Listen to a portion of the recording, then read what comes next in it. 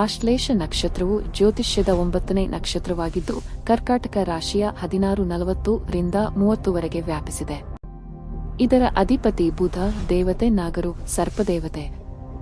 ಆಶ್ಲೇಷ ನಕ್ಷತ್ರದ ಪ್ರತೀಕವಾದ ಸರ್ಪ ಬುದ್ಧಿವಂತಿಕೆ, ಗುಪ್ತ ಶಕ್ತಿ, ಆಳವಾದ ಚಿಂತನೆ ಮತ್ತು ಹಿಡಿತವನ್ನು ಸೂಚಿಸುತ್ತದೆ. ಈ ನಕ್ಷತ್ರದಲ್ಲಿ ಜನಿಸಿದವರು ತೀಕ್ಷ್ಣ ಬುದ್ಧಿ, ವಿಶ್ಲೇಷಣಾತ್ಮಕ ಶಕ್ತಿ, ಮಾತಿನ ಹಿಡಿತ ಮತ್ತು ಮಾನಸಿಕ ಪ್ರಭಾವ ಹೊಂದಿರುತ್ತಾರೆ.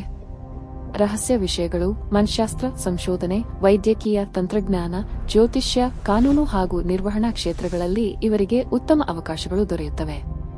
ಕೆಲವೊಮ್ಮೆ ಅತಿಯಾದ ಚತುರತೆ, ಅನುಮಾನ ಅಥವಾ ನಿಯಂತ್ರಣ ಪ್ರವೃತ್ತಿ ಸಂಬಂಧಗಳಲ್ಲಿ ಸಮಸ್ಯೆ ಉಂಟು ಮಾಡಬಹುದು.